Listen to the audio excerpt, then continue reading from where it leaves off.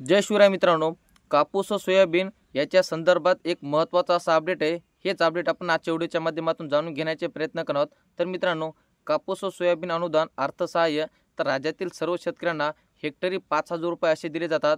याच्यामध्ये जे काही लाभार्थी संख्या, लाभार्थी जी काय पात्रता आहे हे आपण अगोदरच्या व्हिडिओमध्ये जाणून घेण्याचे प्रयत्न केलेत।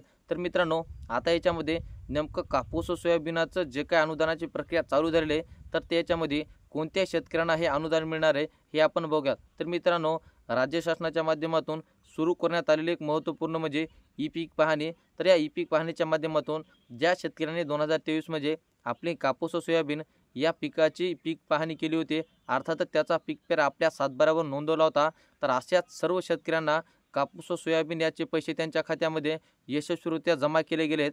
आता उर्वरित जे काही शेतकरी आहेत की ज्या शेतकऱ्यांनी ई पीक पाहणी केली होती, परंतु त्यांचा डाटा अद्याप देखील ई पीक पाहणी ॲप्लिकेशनवरती स्थलांतरित झाला नाही। त्याच्यानंतर ज्या शेतकऱ्यांनी ई पीक पाहणी केली नव्हती असे शेतकरी आणि ज्या शेतकऱ्यांनी पूर्ण प्रोसेस करून देखील त्यांच्या खात्यामध्ये अनुदान जमा झाले नाहीत असे शेतकरी म्हणजे सामायिक क्षेत्राचे शेतकरी। तर मित्रांनो, आता याच्यामध्ये कापूस व सोयाबीन अनुदानामध्ये जे काही वैयक्तिक खातेदार होते, तर अशा सर्व शेतकऱ्यांच्या खात्यामध्ये ही रक्कम जमा झालेली आहे।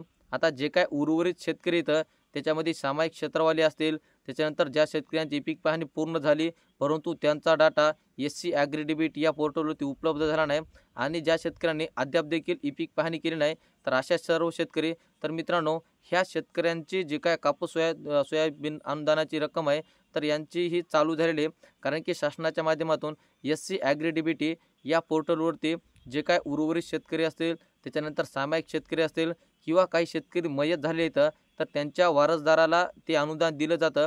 तर अशा प्रकारची पूर्ण प्रोसेस चालू करण्यात आलेली आहे। कारण की निवडणुकीचा काळ सध्या चालू होता, त्याच्यामुळे ही प्रोसेस बंद झाली होती। आता निवडणूक संपली, पूर्ण गोष्टी सविस्तर झाल्यात।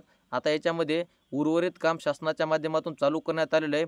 जे काही ई पीक पाहणी न केलेले शेतकरी आहेत, त्याच्यानंतर ज्यांचा डाटा सापडला नव्हता, तर अशा सर्व शेतकऱ्यांचा डाटा मागवला जात आहे।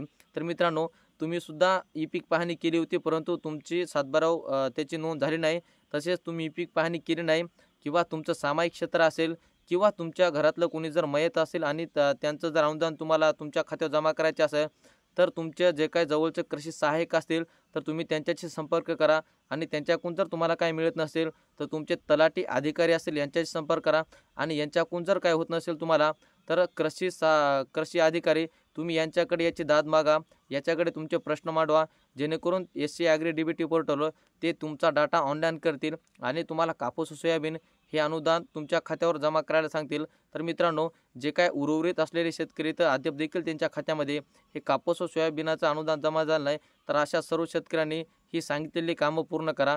कारण ही कामं केली तरच तुमचं जे काही अनुदान आहे तुमच्या खात्यामध्ये जमा होतं।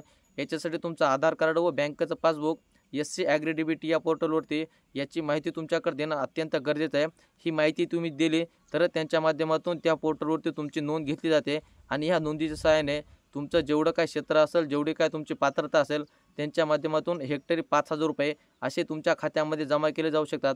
तर मित्रांनो, हे होतं महत्त्वपूर्ण माहिती कापूस व सोयाबीन अनुदान याच्याविषयी आपण जाणून घेण्याचे प्रयत्न केलेत। हे अपडेट नेमकं तुम्हाला कसं वाटलं आणि तुम्ही जर आमच्या चॅनलवर जर नवीन असाल तर चॅनलला एकदा नक्की सबस्क्राईब करून ठेवा, कारण अशाच प्रकारच्या संपूर्ण नवीन योजना अपडेट तुमच्यापर्यंत वेळोवेळी पोहोचत राहते। चला तर शेतकरी मित्रांनो, भेटत राहू नवीन माहितीसह नवीन व्हिडिओसह। धन्यवाद।